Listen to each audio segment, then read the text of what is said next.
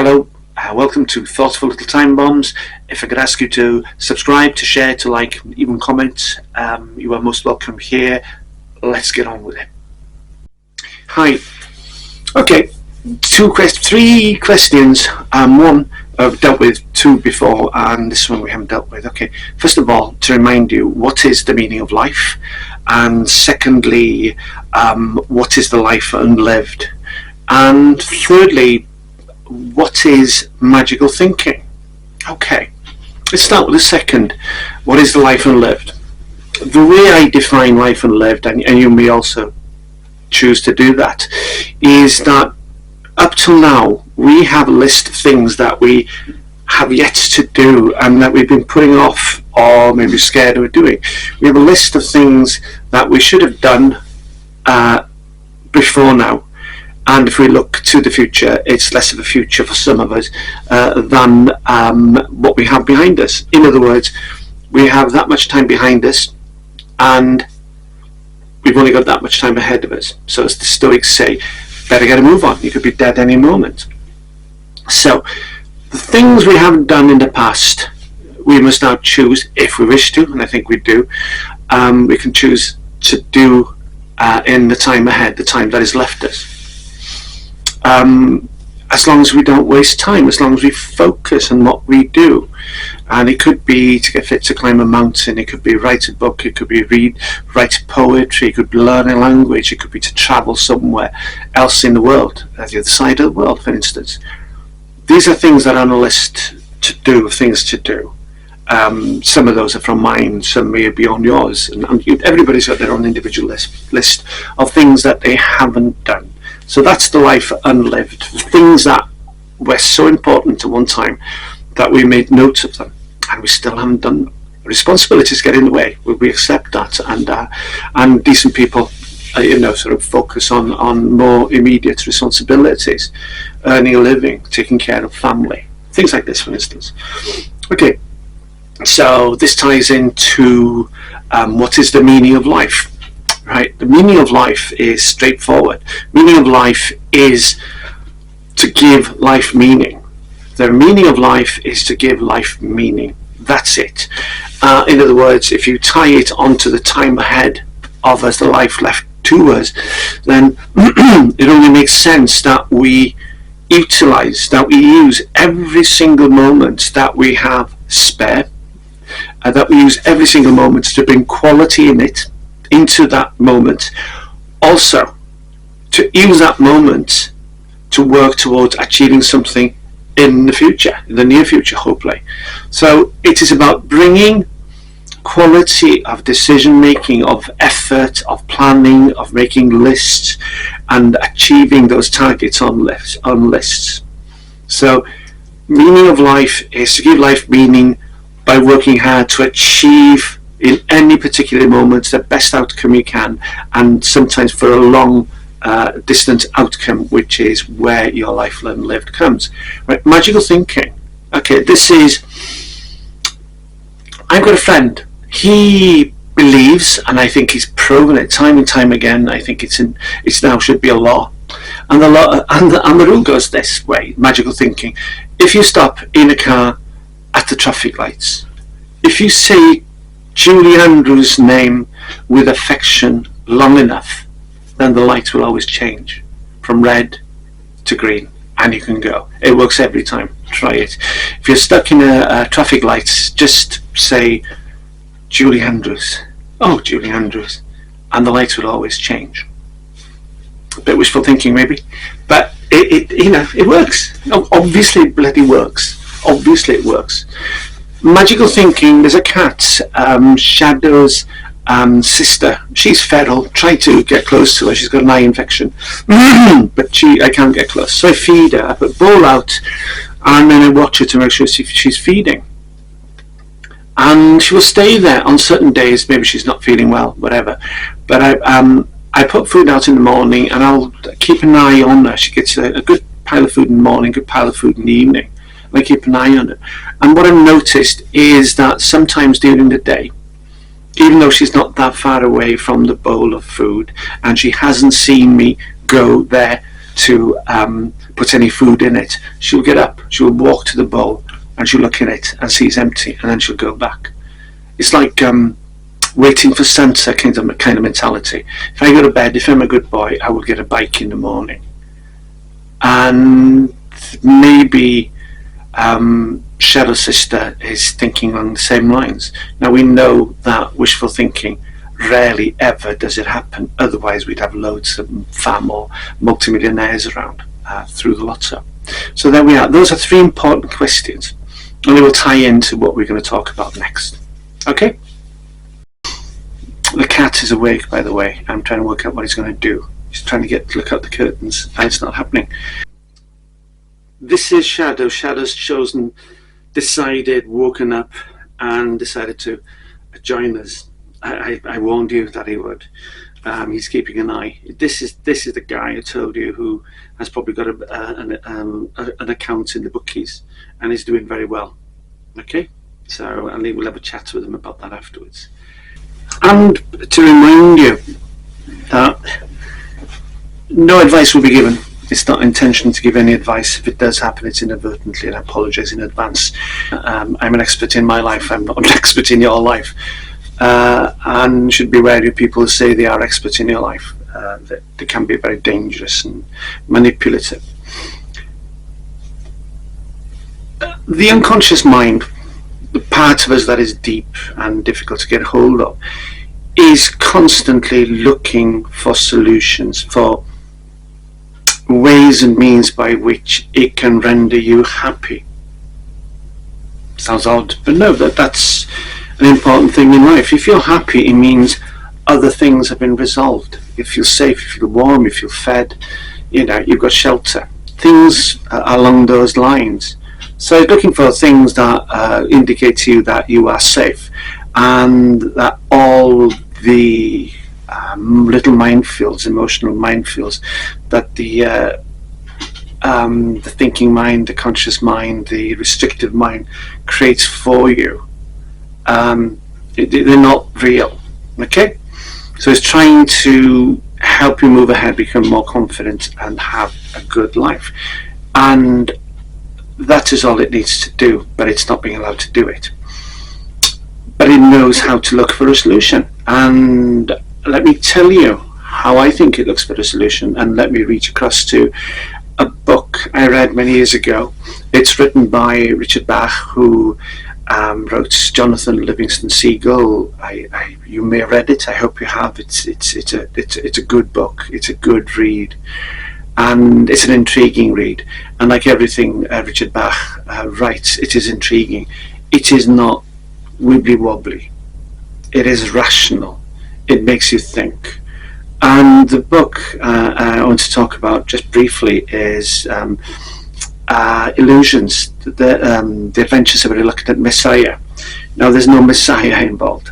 It's just that people have decided that this person, who is central to the book, can help them, can do everything, take charge of their lives and do things for them. And this lad has just had enough. He has no intention of being what they want him to be. So what he's done is escaped in his biplane. And what he does is he flies around the Midwest of America, which is wide open land and isolation. And he will buzz over small communities that he likes to look up, buzz a few times, and then he'll come into, obviously, to land in a nearby field. And people intrigued and interested and amused that such a thing can happen in their quiet little lives, they rush out there. And for $10, he'll take him up in the biplane, strap him in the front seat, and he'll just take off and fly around, and they'll see their community as they've never seen it. And he keeps moving because people keep asking him. Solve problems for them, be a solution to their lives. And what he says is that we are constantly looking for a solution. The unconscious is constantly looking for a solution. And he said, and I agree with this, that you can open up any book. You've read books that have had a profound effect on you, and occasionally I imagine you will have read books that unexpectedly had a profound effect on you. Maybe the odd line, a couple of lines in an entire book, but somehow you've picked them up and you've realized that they are important. The unconscious mind is looking for these things, and in that case, when you found this thing that you found moving or opened your mind in a certain direction, the conscious mind was looking for that and it found it. So what the reluctant Messiah says is the solution lies everywhere around you. You probably know the solution, the answer, the solution yourself now, except it's masked by, I don't want to find out what the answer is, otherwise I'll have to do something. But we forget how brave we can be in many aspects of our life. And I keep saying, if we're brave here, we can be brave here. Okay, so we'll deal with more of that later. So he said that you should open a book casually, skim through it. You should open a newspaper, a journal, a magazine, and just open it and scan the columns. And if there's something in there for your mind, your unconscious mind, to see, then it will be seen. So that's one of the things we're going to be talking about being open-minded and accepting that we do know the solution, but we are creating obstacles to achieving things by having not challenged the rules and regulations that rule us. Okay, so we'll get on to that. Sorry if things have changed a bit, distances and such. Had to go and make myself a cup of coffee, proper coffee. Not bad actually, not bad at all. Good coffee is difficult to get hold of. I can get hold of good coffee and turn it into bad coffee, I assure you. Okay again, next. Cat's gone out. I chucked him out because he was getting to be a nuisance. He's my mate, but he was a nuisance. And he'd go out and kill something anyway, so I'd be happy. The phone's here, so he's not on the phone to the bookies, which is always good, I find. The reason I mention that is, just a brief title of this, is Getting the Dead Cat to Turn. Okay? Don't know if you've heard that before, but getting the dead cat to turn. There are many problems in life that we just cannot, for the life of us, find a solution, cannot find a way ahead, and in the end we give up and it defeats us. There was this Chinese detective and police inspector, a good, highly regarded police inspector I came across in a novel that I picked up in an airport, probably Gatwick or somewhere, who had been approached by a political figure to resolve an obvious murder. And the murder was of a white Caucasian, if that's the same, I don't know, American probably, and who had been murdered and then mutilated. And he was given the role of coming up with a solution. And because, I don't know if you're aware of Politburo politics in China, it can be deadly. It could be you make one wrong decision and you're dead, and your family's gone with you. It's been like that forever, but it just seems to be like a viewing spot these days, watching people move around. So this guy had come to him, he respected them, they respected each other, but he knew it was dangerous, it was a poison chalice, so he had to accept it. There was no reason at all, he could have given no reason why he couldn't accept it. It would have been suicide, and in fact he was told that unless he did solve this problem, he would be dispatched to the provinces, which was an euphemism for he'll end up dead in or snorkeling in a paddy field full of water buffalo poo. I think he used the word shit.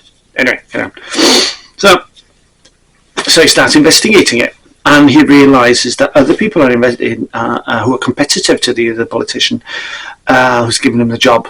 And so he realises this is far more dangerous. There's a bigger game going on, and at the moment he couldn't see what the game is. And but all he could do in order to stay alive as long as he could was start investigating. And he has a look at the body, he talks to the doctors, there's a reluctance. This case stinks.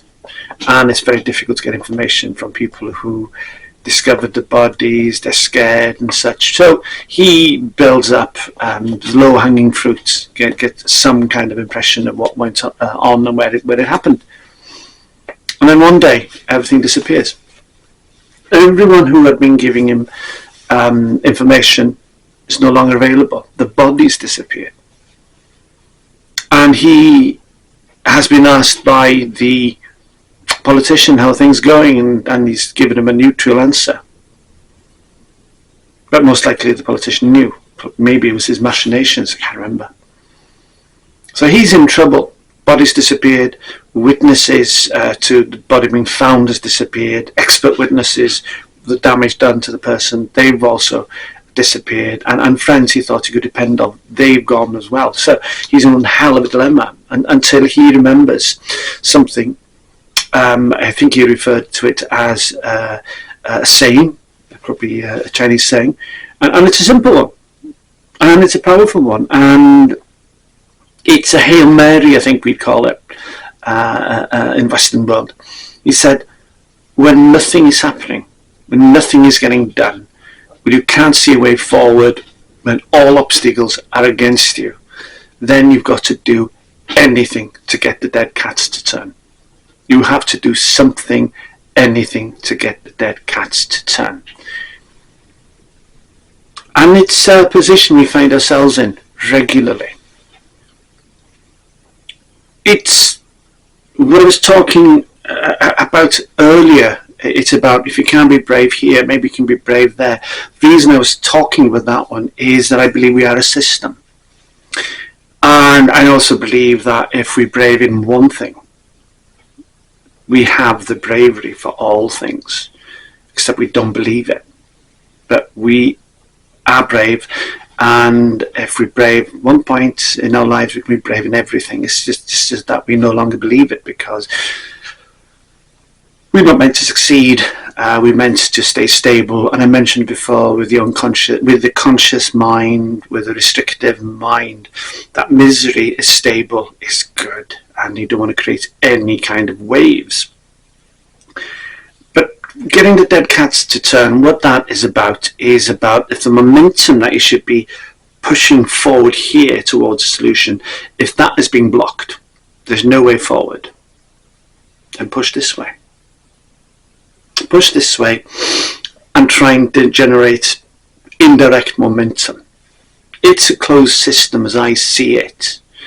And if we could accept that, then we learn so much more about ourselves, that we have courage inside us, a degree of courage that is homogeneous. It is everywhere, except that we are taught not to see it, not to believe in it. It's why we can stand up to people. We can intervene on behalf of people. We can say stop. And yet when it comes to things that we want to do, something basic as taking up dancing, we can't do it. Why? There are reasons, we'll get to those. But here's one I love, and this is daft, but it's one I love, to prove that you can be brave. If you can't move forward, whatever the target is, let's say for instance, you want to climb a mountain, you want to climb a very high mountain, and you can imagine the restrictive mind will tell you immediately, no, you'll die, it's dangerous, people like you shouldn't do it, you're not strong enough, you're not strong-willed enough, you're not disciplined enough to do the work. Loads of reasons why you can't do it. The restrictive mind will tell you what you can't do, but it won't let you do what you want to do. It won't direct you towards what you can do, in its opinion. So you've got to do things indirectly, and you've got to desensitize, stop the rules and regulations being so hypersensitive. And as I said, the conscious mind just wants us to be stable and miserable, and just breathe. Just breathe, that's all. Don't wander too far away from the campfire. Just stay where you are. One thing, because I believe in the system of energy within us, and this is nothing wibbly wobbly, it's just things I've learned over the years. If I could climb an extreme severe cliff, then I can do other things. And sometimes that is true, and sometimes I found obstacles to doing the simplest of things. So one thing I found, which is great, check with your doctor that you're fit enough to do this. That's the only advice in everything. There's no legal, there is no medical, and there is no psychological advice given. But check with your doctor is always a sensible one before you do daft things. So one of the daft things I would do, and I've done it in the past, is in order to generate momentum in any direction, is to shock the system. And there's no better shock to the system than presenting yourself on a beach, on a cold day, a dull, grey, windy day, in either your underpants a bit spontaneous, or swimming trunks, swimming costume. And then invariably there's an audience. There's somebody, one or two people, they've noticed what you're doing, and they think, he's not going to do that, is he? My God, he's a brave person if he does that. And all the time you're standing there and people are gently encouraging you from a distance and you can't hear them, your restricted mind is going, what are you doing? What are you doing? This is silly, this is stupid, this is idiotic. Only an idiot does this. There are people over there, bet they're going to laugh their heads off when you rush in like an idiot. Stop it, get your clothes back on and go home. You got work to do. You know, the parent voice, the super ego voice. What do? Sod it, you run, you scream, and you jump into the sea, and you don't say anything because you're so out of breath because of the cold. And I can guarantee the people who are watching you will be gleeful. They would love it. They love it for you. Because I watch people do it myself, and I go on, do it. Go on, do it. So you've done it. And one thing you've done there, you've proven you're brave, which is important. And it doesn't matter what you're brave at, you're brave. The unconscious mind, the conscious mind, the restricted mind then sees, okay, he did that. You're still alive. You can still breathe. Okay, we'll let him get away with that. So you've taught it a lesson. You've just taken away the hypersensitivity. And the more things of that nature you do where you challenge restrictions that are ridiculous, low level, but are treated as if they are a saber-toothed tiger coming towards you, the more of those things you can, the anticipation, the fear, etc., you can anticipate and do something about, the better. So that's what I'm saying. If you can't be brave in one direction, be brave in another. If you can't do action in one way, do action in another. The system improves. Your confidence improves. Your sense of courage. Yeah, I can do things. I can do daft things. I can, if I can do this, then yeah, definitely can do other things. So running into the sea is daft, but it's a crazy thing to do, and we should do crazy things at least once a week. Once a month we should do crazy things because it liberates us. And also in this case of running into a cold sea, breathless, skin stinging with cold, and then going back in, is that it also reminds you that you have a body and that you're not just a head full of no's. No, can't do this, no, can't do that, shouldn't do this, you look like an idiot. None of that. You're more than a head walking through the world, that you have a physical body as well. And it reminds us that we have something referred to as the mind-body link, which says, we know that one. If you're depressed, if you've seen people who are very depressed, their heads are down and they look sullen, and the body speed slowed down greatly. So there are symptoms of depression. And also, so the body follows what the mind dictates. And also the reverse. If you've had an injury, a physical injury, and you're a very active person, then that injury can cause depression or sad thoughts or miserable thoughts in your mind. So it works both ways. Now, the great idea about running into the sea is it does that in one big shock. And it is impossible. I dare you. Do it. I dare you to do it. One thing you realise is that afterwards it's so invigorating. The body loves it. And the mind reacts positively to it. And you've just done something incredibly powerful. Because you've demonstrated that if you can't be brave at the moment in what you want, you can be brave in doing other things. And you can also teach the unconscious mind, the conscious mind, keep mixing them up, the conscious mind that it's not going to kill you, especially if you've been to the doctor before. That's medical advice. We're not experts in anything. The cat may be an expert, but I'm not. So I'm not going to give you any advice which puts you at risk in any way. So, in other words, if in doubt, do something different, but do something. Movement is good. Generate momentum. And also, you may not be moving ahead, but what you've done is you've brought some quality. You brought some meaning into that particular moment or extended moments. The painful slow motion build up, which are fearful of cold and such, and invigorating squealing afterwards, and waving at people, waving back at you for doing something so daft, and it looks wonderful. The life unlived will forgive you for doing something daft and distracting and not working on its objectives, because it's wise enough to know that you